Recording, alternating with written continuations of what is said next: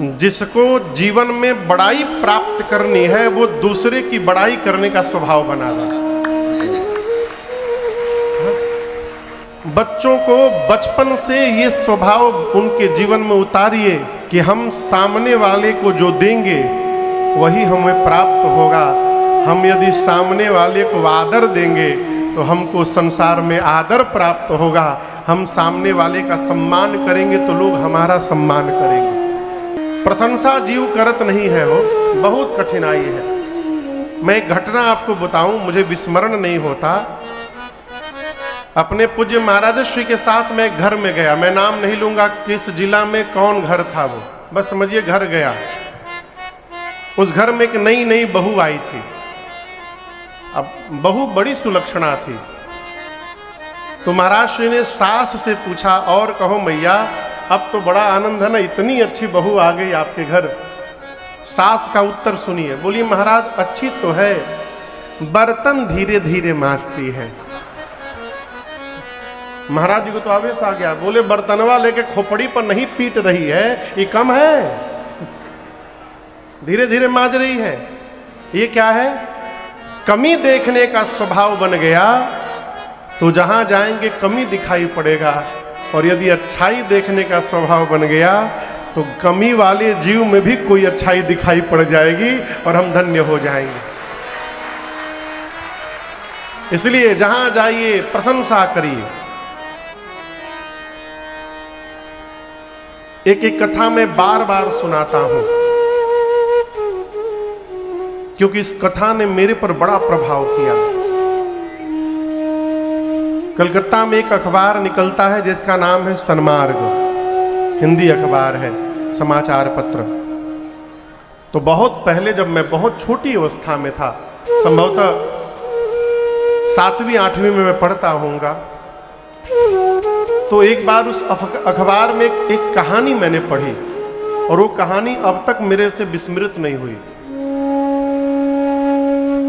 एक व्यक्ति कहीं भी जाता है तो लौट करके घर में आकर घर वालों से कहता है कि क्या अद्भुत भोजन कराया उन्होंने, ऐसा भोजन तो आज तक मैंने कभी पाया ही नहीं। ये मलपुआ खाया, रबड़ी खाया, पूड़ी कचौड़ी, ये खाया वो खाया। जब कहीं से खा के आवे तो यही बोले,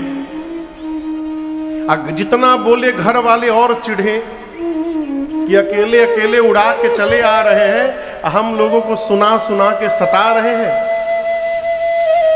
तो एक बार से कहीं निमंत्रण आया, कहीं से एक बार घर वालों ने साथ चलने के लिए अपनी इच्छा प्रकट की कि हम भी साथ में चलेंगे। अब अंत में पूरे परिवार को लेकर गया और दैव संयोग कहिए, इस बार जहां परिवार को लेके गए वहां मलपुआ तो छोड़िए, ठीक से पूड़ी भी नहीं मिला। अब घर वाले तो कल्पना करके गए थे कचौड़ी मिलेगी, पुआ मिलेगा, मलपुआ मिलेगा, ये मिलेगा, इतना खाएंगे उतना खाएंगे, और यहाँ पूड़ी भी भर पेट नहीं मिला। लौटते समय बच्चे कोसना प्रारंभ किए, पत्नी कोसना प्रारंभ की, कौन से मालपुआ आप खाते हैं आज पता चल गया। बेचारा चुपचाप सुनते घर गया। रात्रि में पत्नी ने पूछा एकांत में कि ये बताइए, हम मानते हैं कि सब जगह ऐसा नहीं, कहीं अच्छा भी भोजन मिलता होगा, लेकिन मैं जानती हूं यदि हम नहीं गए होते तो आज भी आप आके यही कहते कि मलपुआ मिला, ये मिला, वो मिला। आप झूठी प्रशंसा क्यों करते हैं? तो उस व्यक्ति के उत्तर को सुनिए। उसने कहा, भाग्यवान जिसके घर से मैं भोजन करके आता हूं उसका नमक खा कर आता हूं, और जिसका नमक खा लिया उसकी बुराई मैं किस मुख से करूं, तुम बताओगे। कितनी बड़ी बात। ये प्रसंग कहता है कहीं भी जाइए तो वहां अच्छाई देखने का स्वभाव बनाइए। श्री दशरथ जी महाराज ने इतनी प्रशंसा की महाराज जनक की, प्रशंसा करके माताओं से बोले कि देखिए बच्चे नींद में हैं, इनको सुलाने जाइए। बहुएं, चारों बहुएं माताओं के पास गईं राम जी भाइयों के साथ सोने गए तो कौशल्या मैया राम जी के पीछे चली गई। राम जी से जाकर एकांत में मां कौशल्या ने कहा, राम आप भगवान हैं ना। देखिए, मां कौशल्या ही जानती हैं और मानती हैं कि मेरा राम भगवान है। दशरथ जी महाराज जानते हैं लेकिन मानते नहीं हैं। वरदान लिए थे मनु जी के रूप में कि प्रभु आप मेरे घर पुत्र बनकर आवे तो मैं आपको भगवान न मानूं, अपना बेटा मानूं। इसलिए महाराज जानते हैं कि राम भगवान है लेकिन मानते नहीं है कि भगवान है। कौशल्या मैया जानती भी हैं और मानती भी हैं। मां ने कहा, राम भगवान होना तो ब्रह्मा जी से आप मेरी एक बात कह देंगे। राम जी ने कहा, कहिए मां। तो कौशल्या मैया ने कहा, राम आप ब्रह्मा जी से कहिएगा, जिस दिन विश्वामित्र जी आपको लेकर अयोध्या से गए उस दिन से लेकर आज तक जितने दिन बीते हैं, ब्रह्मा जी से कहिएगा कि ब्रह्मा जी उतने दिन हमारी आयु में न जोड़ेंगे। राम जी पूछे, क्यों मैया?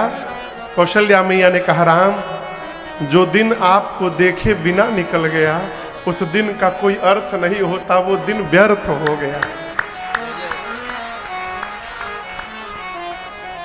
प्रातः काल हुआ, शुभ मुहूर्त देखकर कलावा जो विवाह के समय बांधा जाता है उसको छुड़ाया गया। 1 सप्ताह विश्वामित्र जी अवध में रहे। कितने दिन? 1 सप्ताह। उसके बाद विश्वामित्र जी ने महाराज दशरथ से विदा मांगा कि महाराज मुझे विदा करिए। जैसे विश्वामित्र जी ने विदा मांगी, महाराज अपने पूरे परिवार के साथ उनके सामने खड़े हो गए और हाथ जोड़कर, आप उस दृश्य की कल्पना करिए, महाराज, रानियां, बहुएं, बच्चे सब हाथ जोड़कर खड़े हैं और दशरथ जी महाराज बोले, नाथ सकल संपदा तुम्हारी। हे नाथ, मेरे जीवन की सारी संपत्ति आपकी है। अब यहां एक समझिएगा, क्या विश्वामित्र जी के आने के पहले दशरथ जी गरीब थे? गरीब नहीं थे ना, चक्रवर्ती सम्राट थे। तो ये क्यों बोल रहे हैं कि मेरी सारी संपत्ति आपकी है? जीवन की असली संपत्ति ऐश्वर्य नहीं है, जीवन की असली संपत्ति है संतुष्टि। यदि आप संतुष्ट हो गए तो आप अभाव में भी नाच सकते हैं, और यदि आप संतुष्ट नहीं हैं तो पूरा घर भरा रहेगा, उसके बाद भी कपार पीटते हुए दिखाई पड़ेंगे, आप प्रसन्न नहीं रह सकते। महाराज कहते हैं कि आप आए और आपके आने के कारण मेरे घर में 4 बहुएं आ गई। मैंने आपको 2 पुत्र दिए तो आप बदले में मुझे 4 बहुएं प्रदान कर दिए। अब इससे बड़ा ऐश्वर्य और सुख जीवन में क्या प्राप्त होगा? आज मेरे जीवन की जो प्रसन्नता है ये आपकी कृपा प्रसादी है। नाथ सकल संपदा तुम्हारी, मैं सेवक समेत सूत नारी। मेरा पूरा परिवार, मैं अपने पूरे परिवार के साथ आपका सेवक हूं। और इसके बाद वाली बात बड़ी अद्भुत है। दशरथ जी महाराज कहते हैं कि मुनिवर, मैं तो चौथेपन में आ गया हूं, क्या पता कल मैं जीवित रहूंगा कि नहीं रहूंगा, मुझे पता नहीं है। लेकिन मेरी आपसे एक प्रार्थना है, जब ये दशरथ इस संसार में नहीं रहे तो उसके बाद भी क्या करब सदा लड़िकन पर छोहू। मेरे मरने के बाद भी मेरे बच्चों पर कृपा दृष्टि बना के रखिएगा। और जब तक मैं जीवित हूँ दर्शन देता रहब मुनि मोह। यदा कदा मुझे भी दर्शन देते रहिएगा। किसी भी संत के पास, किसी भी साधु के पास, किसी भी महात्मा के पास जाइए तो ये न पूछिए कि नया व्यापार शुरू किए हैं, चलेगा कि नहीं चलेगा, लड़कवा बोर्ड का एग्जाम दिया है, पास होगा कि नहीं होगा, ये न पूछिए। क्या पूछे? महाराज विपत्ति में भी भगवान पर से भरोसा कम न हो जाए, इसका उपाय बता दीजिए। जीवन की स्थिति परिस्थिति बदलती रहे परंतु हमारे मन की स्थिति न बदले, इसका उपाय बता दीजिए। जीवन के झंझावात में रहते हुए भी भगवान का स्मरण कैसे बना रहे, इसका उपाय बता दीजिए। ये पूछने योग्य प्रश्न है। लोग का पूछत है पेट में दर्द है, कपार बहुत पीरात है महाराज। अभी परसों एक लोग आके हमसे बोले महाराज बहुत हफनी होता है, कौन मंत्र जपे? हमें मंत्र न जपे, दवाई खाइए।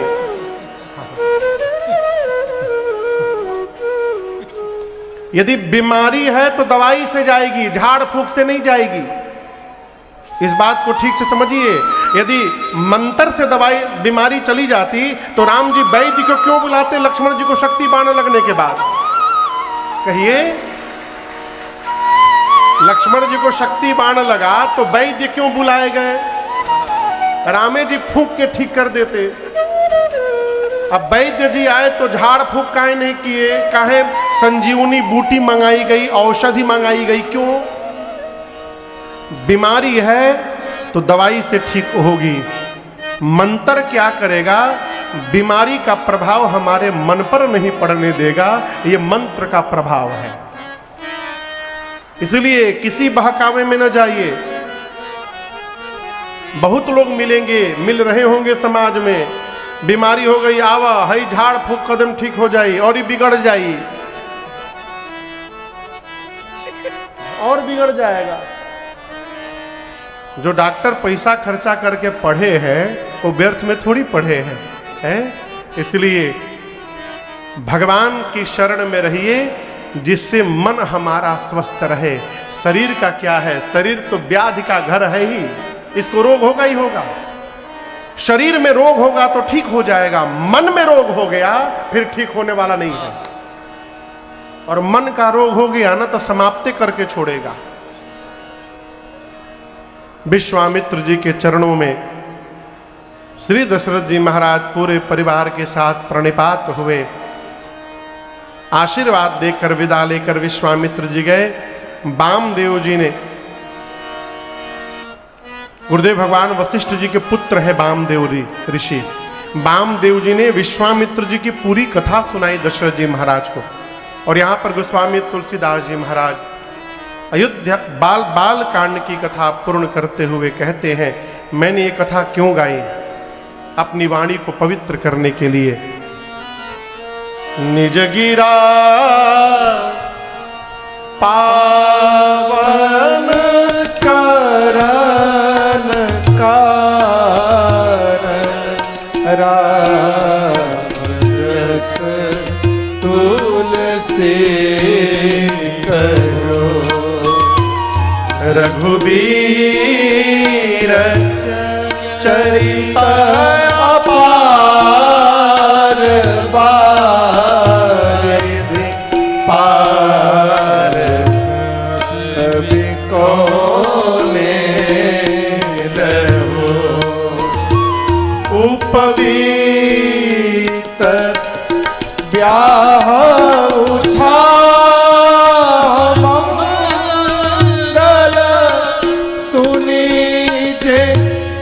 सादर गावही उपवीत ब्याह उछा मंगल सुनी जे सा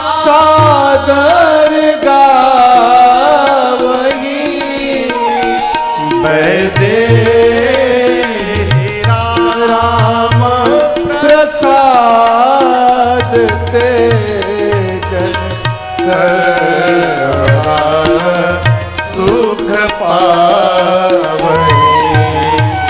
मैंने रामा प्रसाद ते जन सर्वदा सुख पावई।